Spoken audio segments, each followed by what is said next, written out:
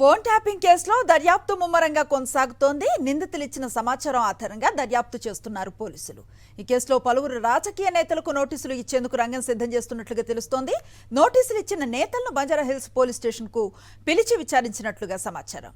ఐపీడీఆర్తో data retrieve చేసే యోచనలో ఉన్న పోలీసులు స్నాప్చాట్, వాట్సాప్, సిగ్నల్ యాప్ల నిర్వాహకుల నోటీసులు ఇచ్చారు. మరోవైపు టాస్క్ ఫోర్స్ మాజీ డీసీపీ రాధాకిషన్ పై బాధితులు వరుసగా ఫిర్యాదులు ఇస్తూ ఉన్నారు. ఈ ఫిర్యాదులను పరిశీలించి సాక్షులను విచారిస్తున్నారు పోలీసులు.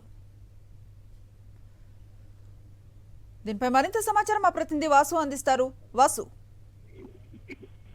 ఫోన్ ట్యాపింగ్ కేసులో కూడా దర్యాప్తు ముమ్మరంగా సాగుతుంది. ఇప్పటికే రాధాకిషన్ రావు కట్టడి మించిన నేపథ్యంలో అతన్ని కోర్టులో హాజరుపరిచారు. ప్రస్తుతం 12 వరకు రిమాండ్ తరలించారు. అయితే ప్రధానంగా కూడా అతని విచారణలో చెప్పేటువంటి కన్ఫెషన్ స్టేట్మెంట్ ఆధారంగా కూడా పలువురు రాజకీయ నేతలకు నోటీసులు జారీ చేసి విచారించబోతా ఉన్నారు. ఇదే కేసులో పలువురు పోలీసు ఉద్యోగులకు సంబంధించి గతంలో రాజకీయాలతో కలిసి టాస్క్ ఫోర్స్ లో పనిచేసేటువంటి ఒక ఇన్స్పెక్టర్ ఇద్దరు కానిస్టేబుల్ వ్యవహారం పైన కూడా దర్యాప్తు ముమ్మరంగా సాగుతుంది.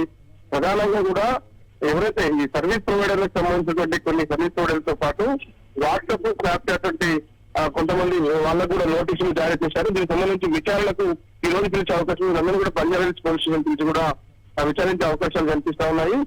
ఫోన్ ట్యాపింగ్ కేసులో రాధాకిషన్ రావు ఏం చెప్పాడు, ఎవరెవరు పేర్లు చెప్పాడు, ఇప్పటికే ఐకే ప్రభాకర్ రావుతో పాటు ప్రణీత్ రావు అంశాలకు సంబంధించి కూడా పూర్తి స్థాయిలో ఆధారాలు సేకరించిన నేపథ్యంలో కూడా ఈ డాటా డిలీట్ చేసే నేపథ్యంలో ఆ డాటాను రిట్రీవ్ చేసే పనిలో ప్రస్తుతం పోలీసులు పడ్డారు. ఆ డాటా మొత్తం తిరిగి వస్తే ఎవరి ఫోన్లు ట్యాప్ చేశారు, ఎవరెవరిని బెదిరించారు, ఇప్పటికే వాట్సాప్ చాటింగ్ తో సహా అనేక కీలక కాల్ సిడిఆర్ కూడా స్వాధీనం చేసుకుని కూడా ఆధారాలు ముందుంచి ప్రశ్నిస్తున్నట్టు జరుగుతుంది. ఇక మరోపక్క ఇప్పటివరకు అరెస్ట్ అయిన వాళ్ళందరూ కూడా ఇప్పటికే కోర్టులో బెయిల్ పిటిషన్ దాఖలు చేసిన నేపథ్యంలో ఈరోజు తిరుపతితో పాటు భుజంగరావు ఇతర నిందితుల బెయిల్ పిటిషన్ పైన కూడా నాంపల్లి కోర్టులో విచారణ జరగబోతుంది.